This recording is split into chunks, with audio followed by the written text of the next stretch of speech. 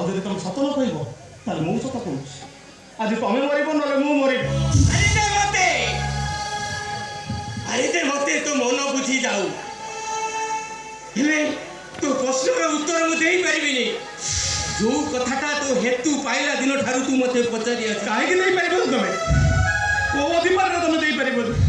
ଆଉ କୋଉ ଅଧିକାର ମତେ ସାରା ଜୀବନ କଷ୍ଟ ହବ? ଶୁଣେ, ଏ ପ୍ରଶ୍ନର ଉତ୍ତର ବି ମୁଁ ଦେଇପାରିବିନି। କାହିଁକି ନା ମୁଁ କଥା ଦେଇଛି, ତା କଥା ରଖିବି ଆଉ ତୋତେ ଖୁସିରେ ରଖିବି। କଥା ଦେଇଛୁ? କାହାକୁ କଥା ଦେଇଛୁ? କିଏ ସେ ଲୋକ? କାହା ପାଖରେ ମୋର ଅସଲ ପରିଚୟ ଲୁଚି ରହିଛି? ଏ ପ୍ରବୀଣ ପଣ୍ଡିତ ରାୟ ପରିଚୟ ନେଇ ତୋତେ ବଞ୍ଚିବାକୁ କଷ୍ଟ ହଉଛି ନା ରେ?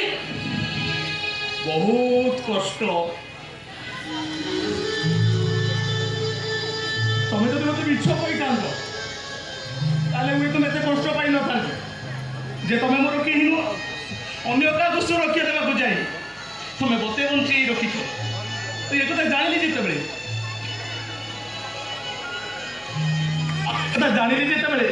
କେମିତି ଶାନ୍ତିରେ ବଞ୍ଚିବି ତମେ କୁହ। ଆସିଗଲି ରେ, ଆସିଗଲି।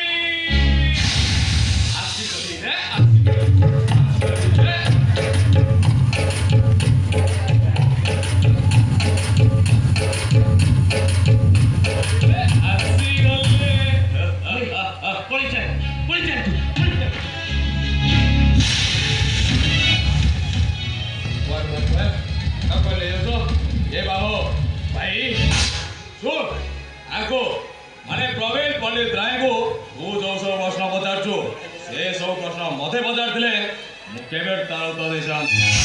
ହେଲେ ତୁ ଜାଣିଛୁ ଉପରେ ପଡ଼ି କଥା କହିବାର ଅଭ୍ୟାସ ଏକ ଜନ୍ମ ନାହିଁ। ତମ ବାପା ଯେମିତି ତମେ ବି ସେମିତି।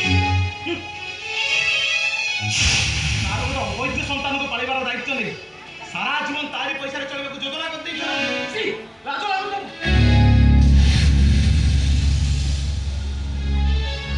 କଣ ଭାବୁଛୁ ନିଜେ? ଏଇ ମୋ ପାଖରେ ପଇସା ନାହିଁ ସତ, ହେଲେ ତା ବୋଲି ନୁହେଁ ଯେ ତୋ ନାଁରେ ଆସୁଥିବା ପଇସାକୁ ମୁଁ ଖାଇ ଆରାମ କରୁଛି, ଐଶ କରୁଛି। ମୁଁ ତମକୁ କେତେବେଳେ କହିଲି ସେ ଲୋକଟା ଠିକଣାଟା ମତେ ଦିଅ, ମୁଁ ତାଠାରୁ ପ୍ରତିଦିନ ଏମିତି ଟଙ୍କା ଗଦେଇବି ଯେମିତି ସୁଖ ଆମ ପାଦ ଛାଡ଼ି ଯିବନି। ହେଲେ ତମେ ମୋ କଥା ମାନିଲ? ଶୁଣ, ବଦନାମ ହୁଅ।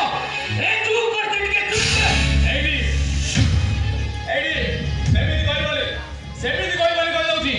ଇଏ ସିନା ଏଠି ପୁଞ୍ଚା ହୋଇ ରହିଛି, ମାଇଲେ ଧଇଲେ ସହିଯିବ, ହେଲେ ମୁଁ ଏଠି ଜନ୍ମ ହୋଇଛି, ବୁଝିଲ? ତମ ବ୍ଲଡ ମୋ ରକ୍ତ ଏକା। ବରଂ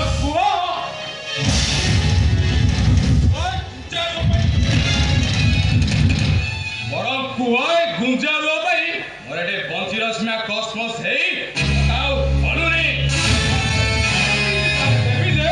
ତେଲ ଭିଡ଼ିଆ ଭଳିଆ ହଲା କରିଦେବେ।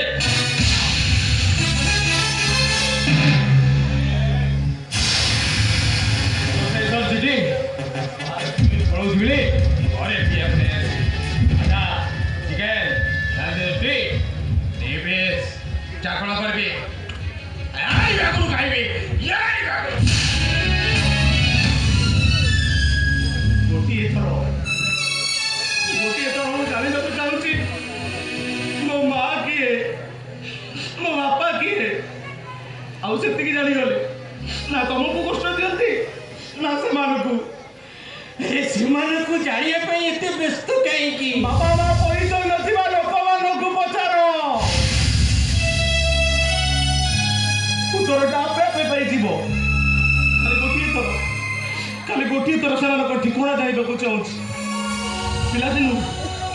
ପିଲାଦିନୁ ଆଜି ଯାଏ ଯେତେ ସବୁ ଲୋକ ମତେ ବାରଟା ଚାଇଲ୍ଡ ବୋଲି କହୁଛନ୍ତି, ସେମାନଙ୍କୁ ମୁଁ ଜଣେଇ ଦେବାକୁ ଚାହେଁ ମୋ ମା କିଏ, ମୋ ବାପା କିଏ।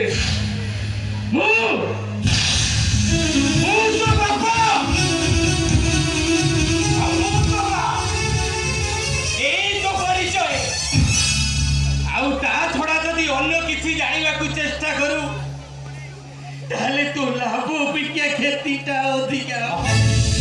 ସେତିକିଟା ଅଧିକା। ମୋ କଥାଟି ଶୁଣ ବାପା।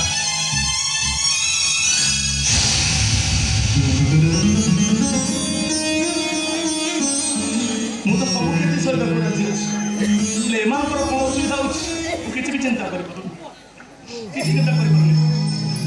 ହ୍ୟାଲୋ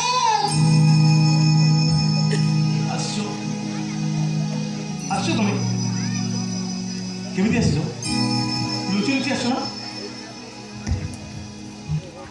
ଆସିଛ ନା ତମେ? ମତେ ଦେଖା କରିବାକୁ ଆସିଛ? ଆରେ କାହିଁକି ଆସିଥିଲ? ଏଠି ଦେଖିବ, ତାପରେ କାନ୍ଦିବ, ତାପରେ ଘରକୁ ଯାଇ ବାପାଙ୍କ ପାଖରୁ ମାଡ଼ ଖାଇବ। ଆରେ କାହିଁକି ଆସିଥିଲ ତମେ ଏଠି? ତମକୁ ଦେଖିବା ପାଇଁ ଭାରି ଇଚ୍ଛା ହେଲା, ସେଥିପାଇଁ ଚାଲି ଆସିଲି। ଯଦି ଆସିଲ ତାହେଲେ ଏଠୁ ଆଉ ଫେରିବନି।